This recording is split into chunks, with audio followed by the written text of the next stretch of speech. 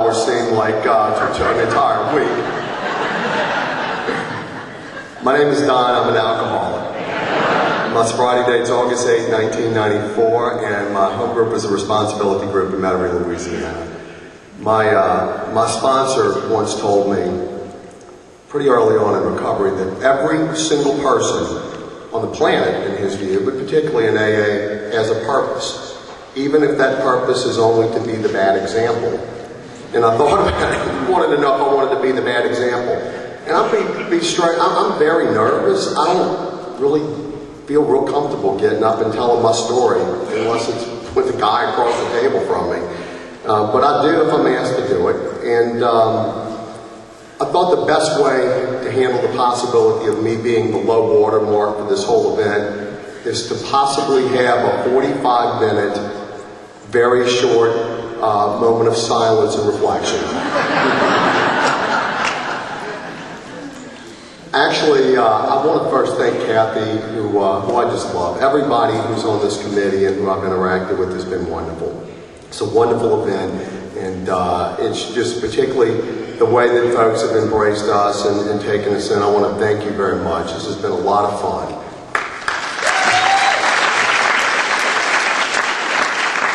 And there are some really good speakers that you're going to hear later on and before, so just hang on, it's going to work out.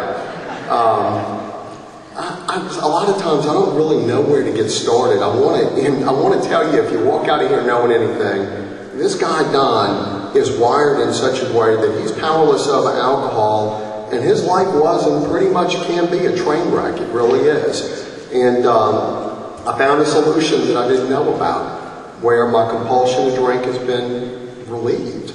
And I have found something in my life that is remarkably better than I ever thought it would be.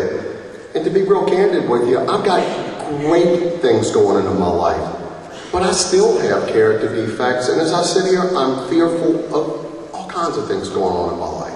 And I got ego that's not in check in a lot of places, you know? I mean, I'm very, very imperfect. Our steps work great. I don't work them the best all of the time. And I know for me, that solution for me always involves me getting back to working with another alcoholic. And, you know, I am involved in our general service structure. I'll probably talk a little bit about that. But for me, service in AA, and if this is kind of I hope it's a takeaway if you know anything about me, service in Alcoholics Anonymous is simply doing something toward the end of trying to carry the message to the still suffering alcoholic. It may be making coffee. I will tell you, my home group does not allow me to make coffee. I've not been allowed to make coffee in my group for almost 16 years. I was a month sober. We have a position called the coffee czar in my group. I mean, there's some control people. I was coffee czar for it was 2 meetings. And the coffee was really bad the first time, and it was really bad the second time, and they just gave me something else to do. And I haven't made coffee since then. But the point I make is, it is just for me about carrying that message to the alcoholic who still suffers. The magic happens when I'm not up in the middle of me, and I'm trying to offer you what I have. So I'm going to do my best to offer something about my experience, strength, and hope. What it was like for me, what happened, and what it's like today. I'll start off in a place the last few times I told my story, I kind of started off here, and it's just because it's something that happened in my life. I'm going to start off when it was in 1975, and I was just about 15 years old. I was very fortunate to have been asked to go to a boarding school. It was a great academic place, supposedly, but the truth is, it was close to my house, and some juvenile judges and some probation people, and my parents thought it would be a good idea for me to find some other place to go to school than any of these schools in the city that I lived in. So I was in a boarding school at 14, 15 years old. And this boarding school at the time, it was a Catholic boarding school, it was kind of the last stop before you went off into the formal state system for kids that were in trouble. And it was expensive, and my parents are definitely not rich people. And I'll tell you, my mama and daddy are two of the finest people I've ever known. Not just because they're my mama and daddy, they're good people. And they're not alcoholic. I remember, seeing my parents, the few times I ever saw them drink half a glass of wine or 2/3 of a martini or something. And it's just not ever the way I ever drank. But they did not revolve their lives around alcohol or substances that, altered their thinking or their way of doing things. My daddy was a kind man. My daddy's passed, and he passed since I got in recovery. And my mom is an honest to God. This is the truth. She is a Mensa member. She's a literal genius. She's got a lot of advanced degrees and just super, super smart and a kind person who goes to church a whole bunch. My mama is on every single committee in her church. And actually, I think they have a women's committee that talks about the other women's committee that she started. And I have a younger brother who, I was thinking of him today for a lot of reasons. But he is not a person who drinks alcoholically. He is smart like my mom. Went to Ivy League schools on full scholarships. He's a physician, and on and on. I mean, he has just everything that you would want a kid to have. But I brought exactly the opposite to my family. I was disruptive, out of control, and when I discovered alcohol, and the first time I discovered alcohol, I was a student at that boarding school. I was allowed to come home for a long weekend, and a fella named Stoney, and this is the beautiful thing about being from Louisiana, there are actually people named Stonewall in my state. So Stoney, who was my best friend at the time, my very best friend forever and ever, me and Stoney were hanging out, and Stoney's sister's boyfriend had a bottle of like some kind of whiskey, old granddad, old geezer, whatever. And we went on a November night on the other side of the Mississippi River levee in a little town called Harahan, Louisiana. And the Mississippi River has a bachelor, just an area that's land, and we go play there as kids and make fires, like bonfires and whatever in the winter months. And we ended up making a bonfire. I took a sip of this whiskey, and I love listening to Bob last night because I didn't have the exact experience, but I wanted to be cool, and I never had anything to drink that I remember. Maybe I might have had a sip of beer or something as a kid, but I don't really remember that. I remember this is the first time I ever really drank, and it went down, and I thought I was going to throw it up, and I would have been embarrassed around Stoney's sister's boyfriend, who was this really cool guy who had a green army jacket and really long hair and peace symbols and had everything I wanted. He had a girlfriend and coolness, And I eventually thought I drank a bunch of this little bottle of old granddad, but I think I probably had 4 or 5 sips. It was enough to change the way I felt. And I remember running through the fire and just getting, I was cool and I just felt different. By the time I got to Stoney's house, I started throwing up. I threw up on Stoney's sister. I threw up all over the house. I threw up on me. And I woke up the next morning and I felt awful, but I felt great. And I thought, this is a really cool thing. I'm going to have to do a lot more of this. And I did. But by this little time in around March or April of 1975, what was going on then at this boarding school, I was getting thrown out. And I'd been called to the principal's office, told to pack my bags, and the principal was a man named Brother David. And Brother David, I knew Brother David as well as any single student on that campus because I was always in trouble. And I met the end of his rope and I was being thrown out. And they had my mama and my daddy sitting in there. My mother was crying, and she's not a person who cries. She was weeping because I was going off to freaking jail, basically. I mean, that was my next stop. And my daddy was just in a state of remorse, and it was awful. And like one of those suspended animations things, this principal, Brother David, just stopped, kind of in mid-sentence. And it was one of those really quiet things. I'm like, what more can they do to me? He was thinking of some other consequence. And he reversed himself and said, I'm not sure why I'm going to do this. I'm going to give you another chance. Nobody thinks that you deserve another chance. But I'm going to give you one more. and you need to get it right this time. There are no more chances, but I think you'll make something of yourself. Other people don't. I do.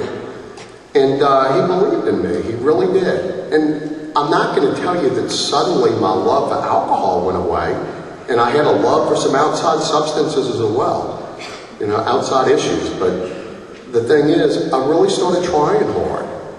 I had a life plan, and I know some of y'all have heard this, but my life plan at that time, when I was a sophomore in high school, was to go work on the Alaska pipeline as a welder.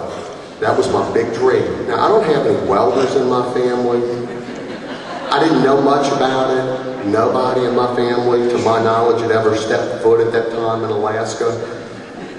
What I knew about it, what I had been told by somebody, and I wish I could remember who, and that on this Alaska pipeline, the money and whiskey flowed freely and the women were loose. I'm like, that's where I should go. Alaska's heaven. It's nirvana. And that was going to be my career. I was going to work on this pipeline that was going to last forever. And this same principal, Brother David, in the fall of 1976, called me in his office. And I'm not going to mention my last name. Many of you know it, but that would be in tape. He called me and said, you heard the good news, didn't you? What good news? They finished the Alaska pipeline. Isn't that great? You're probably going to have to think of something else to do. And I walked around for weeks, months, devastated. It was like that knot in my stomach just came back. I had no plan. I didn't know what to do with my life. And I literally bumbled into a college in New Orleans, where I'm from. I went to a state college because I could afford it. I could work and go. It was $212 a semester to go to this school. And I scraped together the $212. My daddy helped me buy some books, and they helped me get a motorcycle, and I was off to school. And I did pretty well. I had some problems with police officers pretty frequently. I'd get arrested every once in a while. And I came in contact with some people that I grew to really respect and think were some of the most useful people in our society. I started interacting with lawyers. Have y'all ever interacted with lawyers? These can be some wonderful people. They say things like, not guilty. He didn't do it. Give him another chance. Deferred adjudication. And I had some lawyers that said these things for me. And I thought, oh my God, I admire this person. I want to be like him. And I didn't have a plan coming out of college, and I bumbled into law school. And I will tell you, hang out with me for about 20 minutes. You'll figure out the guy is not the brightest light bulb you ever met, but I did work really hard, and I did real well in law school. And I drank really hard in law school. I was arrested several times for DUI, and I was convicted of one DUI. And I remember going to an alcohol education program. Y'all ever been to an alcohol education program before? I was educated about alcohol, and what I remember them telling me is the one thing that stands out for the 20 classes I had to go to and pay $10 a piece and sit there and listen to somebody drone on and on. There's probably even an AA speaker there that I just refused to listen to. What I remember was that a real alcoholic can't have half a drink. So I spent a lot of time, really the next 12 or so years after that, trying to figure out a way to have half a drink. I've never had a half a drink successfully. I've left a couple on bars for the purpose of having half a drink, and I remember what bar I left them on and where I was sitting. Maybe they're still there. But I do remember that. I got out of law school and I got a job with what at the time was a really big law firm. We had 40 lawyers, and I never felt like I fit. I didn't feel like I fit in law school or college. I felt out of place. And the alcohol helped me kind of feel like I fit in. It's just how it worked for me. I didn't drink every day in college or law school or when I started working. But when I drank, I drank like our big book describes, like our speaker last night describes. I had a compulsion to have more. And I swore off alcohol many times. I remember a fellow who I've known for 30 years and next to my wife is my best friend. When I quit drinking, I remember and I'm skipping ahead a little bit, but my second marriage, my bachelor party, I was sober, my second marriage bachelor party, he's still mad about this. I told him we were going up to this thing in North Louisiana that was going to just be totally whacked. He was going to love it. Turns out I was a speaker at an Indian center in Gina, Louisiana that night. It was great. The food was awesome. But he was thinking strip club and some really whacked out stuff. And it's a 5-hour drive into the middle of the woods. And I remember him telling me after I told my story, he goes, "Man, you got it all wrong." Like, really? What did I get wrong? He goes, "Don't you remember? We used to quit drinking all the time." I thought, yeah, we used to quit drinking all the time and I'd start back all the time. You know, that's the way I drank. I would swear it off, try to stop drinking, and I was never successful stopping, ever. And with one little exception, but I started back. In short, I ended up getting married. I met this lady on a Monday in New Orleans. If you're from New Orleans, Monday's big red beans and rice day. And I went with a lawyer that I work with, a lady lawyer who's meeting a friend. Her friend and I hit it off with her right away, so we stayed out in the French Quarter for 2 days. I didn't go back to work. And this is before they really had karaoke. You'd go until there's a place where you could drink and go into these little sound recording booths and make a little cassette tape of yourself singing. We sang on the dock of the bay about 300 times in a period of 2 days. Didn't come home. She got to ride a horse that a policeman was riding in the French Quarter and didn't go to jail because her daddy was a judge. And it was just a match made in heaven, right? And we ended up getting married, having a baby. Not in that order, really. Kind of, sort of in that order. And it was a marriage of at least one person who was very much insane and out of control. And it didn't last. But I have a daughter from that marriage. Her name's Alex. She's 21 years old, and she's a wonderful kid. And thanks to you, we actually talk. You know, I just celebrated my 16th AA anniversary this past Sunday. My daughter came to my home. She had a little banner that said "Sweet 16 Princess," but stapled the ES back, so it'd be "Sweet 16 Prince." And had a little flashy 16 badge that I refused to wear out of the house, but we took pictures. And then she took me to a meeting, and she picked a meeting for me to go to so I could get a check. So. And she's been around us a lot. I don't know if she's going to have a problem with alcohol or not, but she knows where we are if she does, and she knows to look for you ladies if she does. The thing is, after this marriage that I got in initially didn't work out, I felt very sorry for myself. I was wrapped up in a lot of litigation. I'm a lawyer, and I'm a bad person to be a client, and I was dealing with somebody that, for whatever reasons, this was litigation that lasted many, many, many, many years and was very difficult on everybody in it, specifically including my daughter. I'm not proud of it, but that's just what happened, and it continued into sobriety. What happened?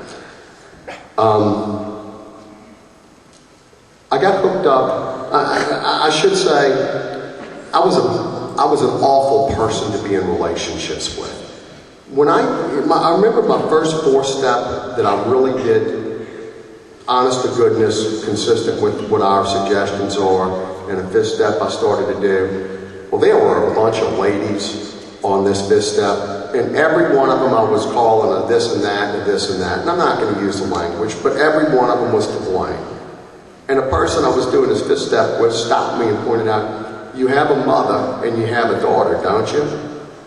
"Yes, of course." "Unless it's okay for me to publicly use those words and to call it in referencing your mother and your daughter, don't ever talk that way about anybody on the list. They're either a woman, a lady, or something else that's appropriate." And that really was a change in my thinking. And you know what? Not all of them were at fault. You know, not all of them were at fault. Nobody's perfect. But the common thread that all these folks had is they were in relationships with me. You know? Like, could I possibly have had a role in all of this, you know? But I was a bad person to relate with. I was a real bad person to date. I dated just about everybody in New Orleans and nobody felt good about it, you know? And the fact is, by the time I got to the point I was ready to quit drinking, I'd been living with a lady who I picked because I wanted you to think I was okay. She was an honest-to-goodness beauty queen, had won a bunch of beauty pageants, just absolutely drop-dead good-looking. And it was a perfect relationship to catapult me to AA. And I haven't seen this woman for many years, but one thing she would do, I would pass out on our front doorstep every once in a while or on the floor, I'd get sick on myself, and she would shove me or kick me, I'd come to, and she'd be reading AA stuff to me. Oh, woman, get away with the cult, you know? And some other people had suggested that this Alcoholics Anonymous thing might be good. And I really related to Bob last night when he talked about his perceptions. My perception was exactly, it's either a cult or it's an Amway pyramid scam, you know? These folks are starting to interested in me getting in. It's like, you're going to make money off of me or you're going to have me recruit cult members, you know? I had no interest in it. I ended up quitting drinking on my own for a short time. It was in 1993. I started off with a client in New Orleans, and I woke up somewhere covered in vomit and pee, and felt like I was dying. And I wasn't sure where I was. But it wasn't the first time that had happened to me, and I already had a strategy. I'm going to tell you, if you're new and you have a strategy for that problem, you may consider Alcoholics Anonymous, you know? If you're waking up in strange places and you don't know where you are, and you got a strategy for figuring out where you are, think about this. But I looked at the phone and I couldn't read it because it was blurry. Knew how to handle that. Dial 0, see what happens. An operator answered, Hampton Inn. Hi, I need to get a cab. Can you tell me exactly the address here? I said, we'll call you one. Oh, no. Just need the address. I got a special cab company. And it turns out I was in Houston, Texas. And I love to ask this question because I was stunned. I started fishing through my wallet. I had a receipt for writing $1,000 at something called the Texas International Barbecue Club. You ever been to the Texas International? Has anybody had $1,000 of barbecue before? I was like, how did this happen to me? I've never had that much barbecue. It's got to have caused a problem. It's a strip club. I have no recollection of it. And I got to tell you that I'm pretty cheap. In fact, I'm very cheap. I negotiate like if I'm buying a suit, we're going to negotiate it, you know? And I'm thinking, $1,000, what happened? That probably made the biggest impact on me. So I swore off alcohol. That was early July of 1993. And I swore off alcohol and didn't have anything whatsoever to drink from July until December of 1993. And the only reason I had anything in December because I knew I was right at that point. It had worked its way out of my system. My system had metabolized. I'd gone to church a bunch. I mean, I'm not even Catholic, but I was going to church at least once a day, every single day, and praying that I'd be made right. And I felt worse and worse not drinking because I felt more and more like I didn't belong, and something was wrong with me. And I was miserable. I started drinking again, and within a week I was at the point of taking bottles of Absolute from my law firm, perfect firm for me. We actually have an attorney's lounge in my New Orleans office, literally, that's stocked with all this great alcohol. And I was directly responsible for seeing that it was properly stocked. That was my job at the firm, my administrative role, to take care of the attorney's lounge. And it was my personal little fiefdom. So I had a freezer full. I took every bit of everything out of my freezer when I started drinking again in December 1993 and filled it with Absolute vodka. And I filled it with Absolute because it was clear. And my brain had convinced me that clear alcohol doesn't have impurities in it that are causing me consequences. And I had an exception for tequila. I won't go into it, but there was something about the molecular structure of tequila that made it weird. But all the other clear alcohol was going to work out.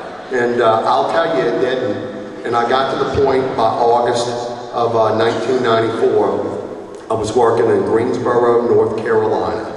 And I was working there just about every week. And I was working with a dear friend who had 5 years of sobriety named Tom S. And Tom gently, he was a wonderful example that AA can work miracles. And he never shoved me into AA, but answered my questions about AA. And Tom made me absolutely insane and miserable because he was not drinking and I couldn't not drink. And this went on every night. I ended up waking up under an overpass in Greensboro, beat up physically, mentally, spiritually. And I was sick and tired of being sick and tired. And I didn't understand how come God could have done this to me. Because I was going to church at this point twice a day. I was going to Catholic Mass twice a day. And if I missed twice a day, I would go through the communion line twice and take the host twice. I know there are a couple of priests who realized what I was doing. Try that sometime. Go through the line and make sure the priest catches it the first time, say something to him, then go back again through. And see the look on their face, man. They don't know how to deal with that, But I figured if I got this inside of me, it would take away the problems I was having with alcohol. And it didn't work. And I was so upset. I got back to New Orleans after I woke up under this overpass. And I called the Catholic Church, and the priest I got on the phone told me to call him back when I wasn't drunk, and hung up on me. And I was so furious, I literally tore my house up. I tore my upstairs bedroom up by throwing junk. I was throwing stuff at God. And I laugh at this to this day. It's like, I don't know what I was thinking, but God's a pretty quick fella. I ruined a bunch of stuff and a bunch of walls, but I never did manage to strike God with the thing. And I had a real brief moment of clarity and called Alcoholics Anonymous hotline. And a man named John L. called me back and brought me to my first Alcoholics Anonymous meeting that night. And I'm very grateful for AA hotlines as a result of that. I had a .357 revolver to my head, and I wanted to blow my head off. And I was scared to do it and scared not to do it.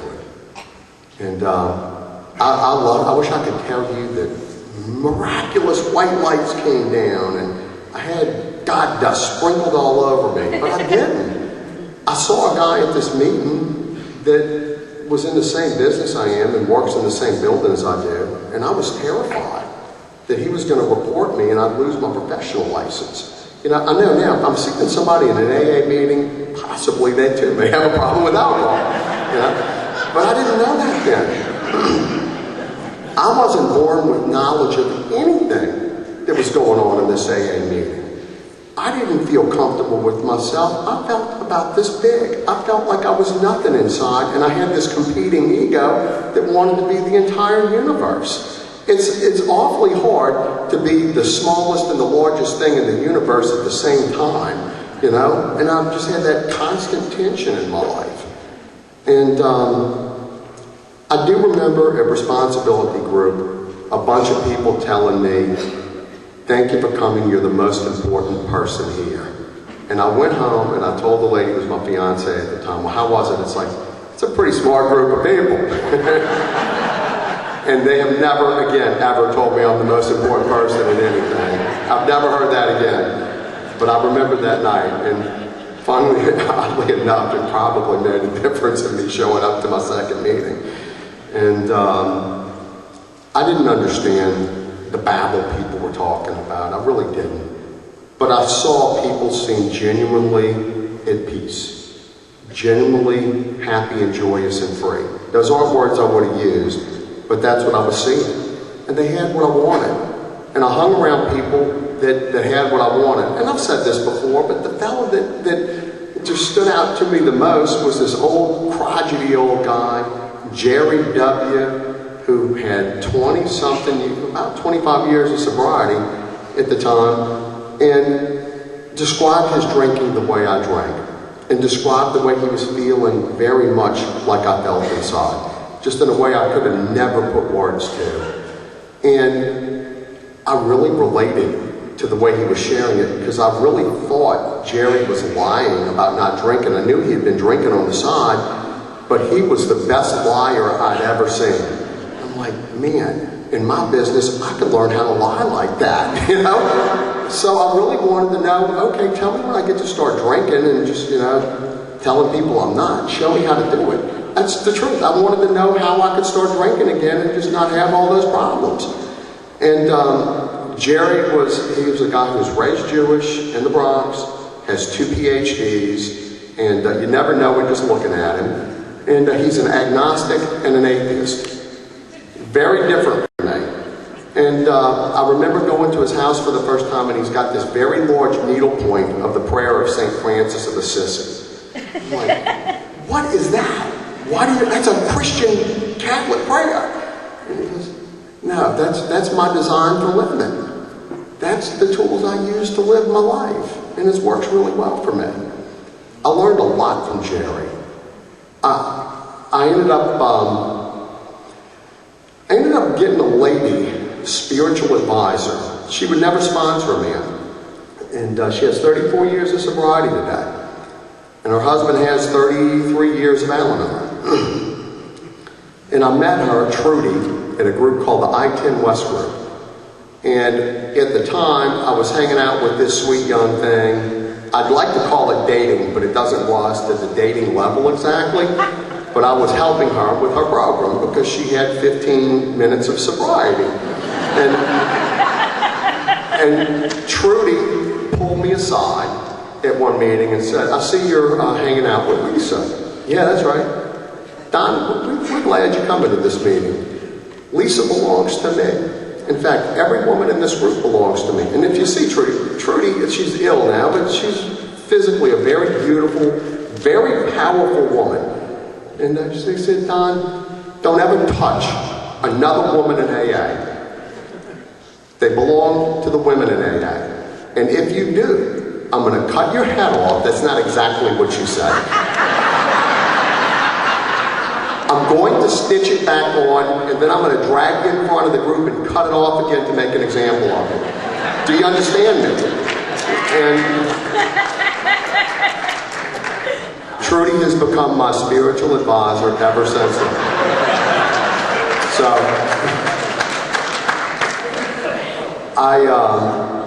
in fact, Trudy and Richard, her husband, lived with us after Katrina for about a year, a little less than a year, and it was a great year for me. The thing is, I wish I could tell you I got perfect in recovery when I got in. The relationship I was in cratered immediately. This, quote, beautiful lady, and it cratered because it was supposed to. I was devastated, but it put me to the point where I was willing to do some more work. I had a string of relationships I was getting in, and they didn't work because I was in them relating. And I really hadn't done a good, thorough house cleaning. I hadn't really done our suggestions like they're suggested. And I eventually did one, but in the interim, I started sponsoring people. And I wish I could tell you I'm the best sponsor in the world. I love sponsoring guys. It really is the great, if not the greatest joy in my life, it's the co-greatest joy in my life. It really is.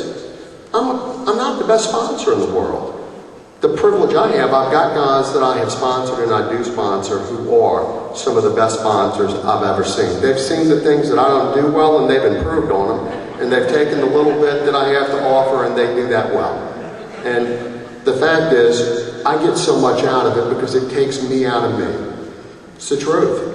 And it puts me in a position where I got to be brutally honest and say, man, I screwed up some 4th steps. I held stuff back. The 9th step amends I made basically involved you paying me something. You know? It's like, I really screwed you over, but you still owe me some money, you know? And I wasn't doing our steps according to suggestion for a while. And it took me a while to become willing. And it took me being miserable primarily because my relationships weren't working well to be willing to do that. I got involved in general service. And everybody familiar with general service? Well, I'll tell you, I didn't come by it honestly or willingly. And if you've heard this, I apologize, but it's just the way my story goes. I went to a home group meeting for responsibility group, kind of by accident. I didn't know it was a business meeting. John L., my sponsor at the time, had told me, stay away from that AA politics. And I got to this meeting, and they were picking officers for the group. And they were looking for something called the GSO, and this fellow, Rick, Don could be a good GSO. Yeah, Don, you'll be our GSR. Congratulations. And I'm like, what is that? Well, it's a general service representative. It's no big deal. And this guy Rick told me, you go to Alexandria, Louisiana for something called an area assembly. Alexandria is 3 hours from New Orleans, and a lot of people think it's really probably right there with Purgatory, maybe a little bit under that. I don't. I love Alexandria now. But I wasn't looking forward to the single trip to Alexandria a year for an area assembly annually, or the once every 6 months district meeting. And as it turns out, Rick tells me they're having a district meeting tomorrow, Saturday afternoon. Why don't you go and find out? So I went to this district meeting and found out there are 12 district meetings a year. There are committees that you're supposed to get on that meet in addition to the district meetings. And then there are 4 area assemblies in Alexandria, and no, it's not a one-day trip up, it's a Friday through a Sunday. And I came out literally fuming mad, and I had one of those big old flip phones, I remember swinging it around, screaming at my sponsor, I'm kicking Rick's ass. You know, he works a dishonest program. He lied to me. I'm gonna make an example of him for the group. And I was so furious. That entire week, from that Saturday to that Friday, I went to responsibility to pull Rick out of the meeting. And if you were going to bet on me, because Rick was going to get a beating. And I went to that meeting ready to fight in loose clothes. I'm not kidding you. And Rick, the God's truth is, Rick moved. He's a professor of something, and he moved back to the Dakotas where he's from. And I've never laid eyes on Rick again. That's the truth. If you know Rick is a professor from one of the Dakotas, I want to hug him and kiss him. He did something to change my life. And I wish I could tell you I went to my first area assembly and wanted what they had.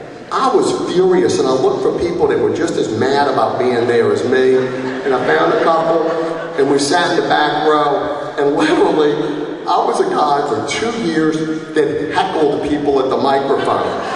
That's the truth. I hated it. And they would say, I was furious that I had to be there. I liked the district stuff because I met people that I related with. And I really got into doing some of that service stuff. But the area assembly, it seemed to me it was a bunch of egomaniacs. I'm going to tell you, Alcoholics Anonymous at first seemed like it's a bunch of egomaniacs and all people talk about is themselves. Let's talk about me, you know? But it turns out, you know, and I try to point that out, it's like the only reason I'm talking about me is because that's all I got to offer you. If I'm talking beyond me, I'm BSing you. You know, all I got is my own experience, good and bad, you know? It's got warts on it, it's got, look, if you can look in this thing, my wife would be mortified. I'm 50 years old and I got a pimple on my nose, you know? Spiritually, I got pimples and warts. I'm real imperfect. But as I got through this area assembly thing, I started to learn a little bit because people would get up and talk about traditions.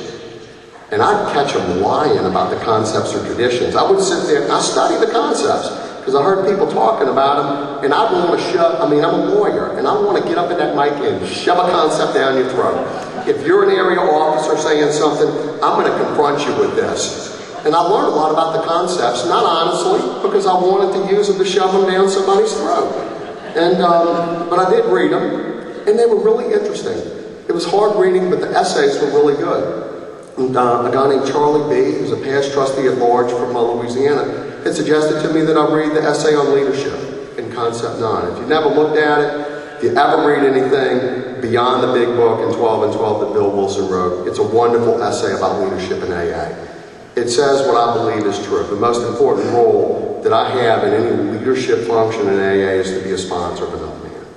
That's it. but it's well written and it talks about things that I really value. I ended up doing some other service roles in AA. And if you know anything about our service structure, understand it's exactly the opposite of a Microsoft. If you think of Microsoft, Bill Gates is up at the tippity top of this thing, or somebody like Bill Gates is at the tippity top. And then you come down this pyramid, or this big inverted triangle, and you got the peons on the bottom. Well, we are the peons in AA, but we're on the top. All of us, our groups, are at the very top of this. We are AA. Not some boss somewhere is AA. The groups are AA. And you make the decisions about who we are, where we are, who we're going to be, and where we're going to be. And if you walk out of here knowing anything about our service structure, that's how I see it. Your group is at the top of this. And then it drills down. And the people in the service structure, and I'm in it right now, are supposed to be of service. The purpose of the service structure, it's got multiple purposes, but one of the most important things that this inverted triangle that goes down from GSR, General Service Representative, to geographies, or if you think of districts, it's usually a geographic area. And there's some exceptions. We have linguistic districts that are great, that may not just be in one part of town or one part of a state or area. But then we go down to areas. That's moving down, right? And we ultimately drill down to a delegate. I was a delegate in Louisiana, and I'll tell you, it's not a glorious position. It shouldn't be. It's not about me if I'm doing it right. If I'm doing that position right, it's about you. It's about your groups, and it's about me passing on to you. Here's what's going on in AA as a whole, and more importantly, becoming informed. Why become informed? In order to bring it back annually to a conference of all of the other delegates in the United States and Canada, and make decisions about where are we going as AA? Who are we going to be as AA? And I'll talk about that in a second, because, you know, I really want your guidance. Well, it goes down a little further. We have what's called the General Service Board. If you remember the beginnings of AA, you had Bill and Bob, of course, right? And then you had these non-alcoholic trustees, a bunch of whom we got to through J.D. Rockefeller. He didn't give us money, but one of the things he did for us is help us think through how to put a structure together where we don't self-destruct. And the people on this original board, and I know you see it in the big book, it's called the Alcoholic Foundation originally. They were non-alcoholics. So you had Bill and Bob who were in touch with the groups, and then you had the Alcoholic Foundation. They're kind of in an ivory tower, and they're people, we now call them Class A trustees, non-alcoholics, that were really doing a lot of the, for want of a better term, the business of AA. And as we all know, when Bill realized that Bob was dying, and he realized he had his own mortality, he thought, you know, we've got such a great solution to an awful problem. And if it were to die because Bill died, how reckless and irresponsible would that be? He wanted to give the fellowship to the fellowship. And he came up with this conference process, with this structure. It was effectively Bill's legacy. Bill's passing it on to us, giving the fellowship to the fellowship. But the way, instead of having a bill out there, we're much larger, to communicate with one another, to make responsible decisions about our future. We have this conference process that brings a delegate from every area to the conference to pass on what you want. Think about trying to get a couple of million of us stuffed in a room to make decisions. I'd love to be there, but I don't think much would get decided that way. We've got to delegate it. And this conference process is bumpy. It can be rocky and contentious sometimes, but having witnessed it, it really, honest to goodness, works. The solutions and the tools are there to really do cool things for us. I'll say this about the conference process. Everybody's familiar with Coca-Cola, right? I mean, how could you not be? If you drink a Coca-Cola here in Miami, I promise you, it's going to taste pretty much like the Coca-Cola in Beijing tastes. And that one's going to taste like the one in Buenos Aires tastes. And it'll taste like the one in New Orleans and over in Paris, and then down in Australia and over in Dallas and up in New York. Because Coca-Cola spends an enormous amount of time and energy assuring that their quality control exists. Our conference process is kind of like that. It's quality control. You don't want the crazy message of Don M being our message. You don't. You want our message to be our message. And what the process does, what our conference does, is it's that vehicle where we make it our message. When it comes out of that conference, there have been so many eyes of very passionate people who represent all of our groups throughout the United States and Canada, who have eyeballed it, thought about it, prayed on it, and it comes out presumably to be our message. And the good news is, if it isn't, and you look at it and you say, that's insanity. It sounds like that crazy guy Don M wrote this. Well, you get rid of it the next year. You can change it. Now, nothing's carved in stone. Our board is at the bottom of the pyramid. I serve on that board. There's nothing special about me, believe me. But the special thing about me is you.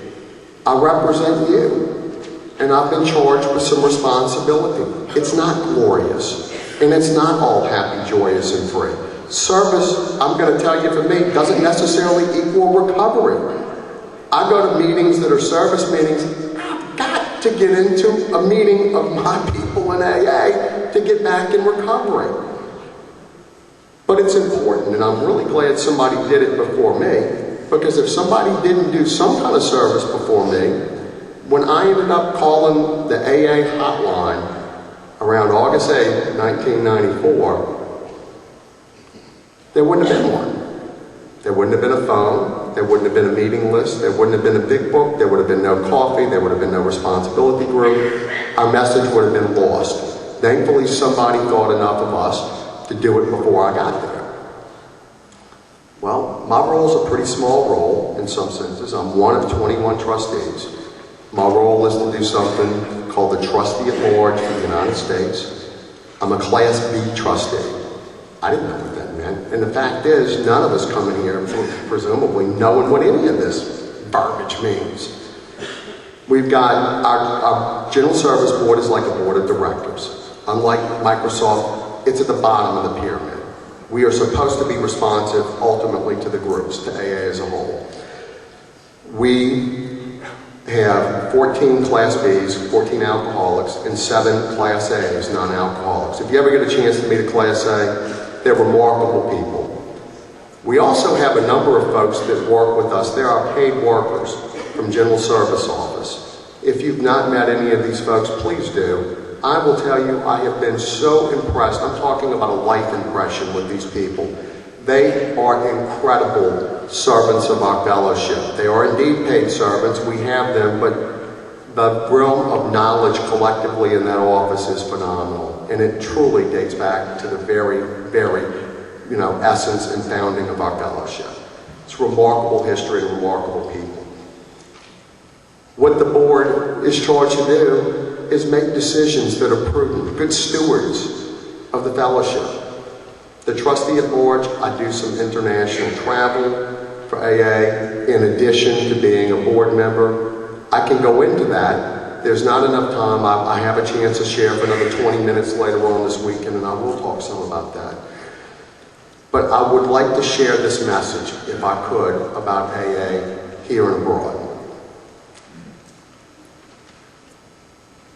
Bill Wilson was intent that we would establish beachheads of AA around the world, that we wouldn't limit it to the United States exclusively. Makes sense. I mean, if you let me at my own devices, we're not expanding this beyond the responsibility group in Metairie, Louisiana. I mean, I'm pretty limited in my thinking. But if you think of our responsibility statement, it talks in terms of anyone, anywhere. I'm responsible, anyone, anywhere. What I can tell you, and what the message resonated with me as a home group member, is that AA has spread literally to the 4 corners of the globe. Now, there are a bunch of blank spots in between where we got a lot of opportunity to carry the message. But what I can share with you from my personal knowledge is that there are people who get sober in countries where the members walk through war zones to go to meetings. I can tell you of my personal knowledge that people get sober in communist countries with oppression that you cannot possibly imagine. Some of you may be able to, actually. There are people that get sober in environments that are challenging beyond our belief. That to meet with other people requires the tundra to be frozen over so you can cross it. They get sober and stay sober using the same steps and tools and legacies that we use. There are people, there are ladies in countries who are stoned to death if they are raped, who get sober and stay sober using the same stuff we use. Our fellowship really is a lot of wrenches fitting all nuts, as was said last night. It works. It's a question for me of are we being attractive? You know, we've got some real questions that are being put to me. I mean, my experience, some of the things, I've got 2 years and 8 months as a trustee. I'm going to rotate out and gladly be back to sponsor. I sponsor some guys now. I'm going to be, if I stay sober and I do what I'm doing now, I hope I'm sponsoring guys when I roll out. And I'll be happy, hopefully, as I was before I was a trustee. Maybe more so. But while I'm doing it, I'm supposed to be thinking about where are we going? What are we going to do on a long-range basis? Are we attractive? Are we taking our principles as principles and making them attractive for people in Iran and Iraq, for example? I'll tell you, if I go to a meeting in Iraq and I want to end it with the Lord's Prayer, it's not very attractive. I'm not knocking the Lord's Prayer, I'm not picking on it, but where are you? Who are the people that we're reaching out to? How are we communicating? I'll probably try to end with this because I know I'm getting close to time. Anybody got an iPhone?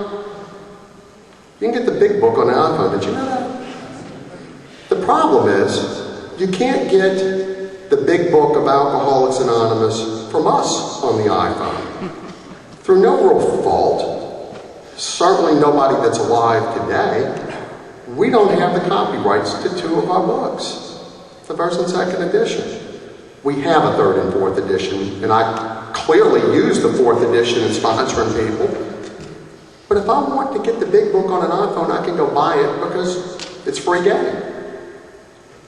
We eventually will, I believe, move as a fellowship. We have aggressive and competent leadership at our General Service Office, at our AA World Services Board. We are going to move in this direction eventually. But we need your guidance. We need your input. I want a frickin' big book on my iPhone, but I'm hanging on to it until I can get one from us. Just that simple. Do you want one? More importantly, how do you think your children are going to be communicating with each other and receive communication in 20 years? I do the service I'm doing because I've got a 21-year-old who, God forbid, may very well need us. And I want to end my story with this. One of the miracles of my recovery, I've got a 3-month-old, 2-day baby. I do, and I'm going to end that. I'm going to end with this. I've got this new baby. I don't know how she's going to be. If she needs us, I need you ladies to be here for her. My wife, and I do want to end with this because it's one of the greatest gifts I've ever received. My wife and I, Amanda, my wife is my best friend. I met her in sobriety. I would have never met this lady and been able to relate with her as crazy as I've been in and out of sobriety. It took work with our tools. It took me doing our recovery legacy, for example. It took some unity. It took some service. But I have my best friend in my life, and as corny as it is, she is my soulmate. That's my person. We have tried everything you can think of. If it costs money and embarrasses you to have a baby, I've spent the money and I've been embarrassed, and it wasn't happening. And just one of those coincidences, we got picked by a young lady back at the beginning of this year to be adopted parents. And this lady, and I have no position on what people do with their bodies, you know, it's not my thing. I can tell you what I'm doing with my body, but I'm not competent to tell you what to do with yours. I will tell you, I am so grateful this young lady decided to have this baby. It was the biggest, if anybody knows anyone that's ever thinking about it, for me, it was the biggest gift I've ever gotten. Not just so much for me, my wife was devastated. It was horrible for her. She's not a member of our fellowship. She seems to be healthy normally, but this hurt her soul. And to see this lady pick us and my wife's soul be built back up, it was like God came and said, thank you.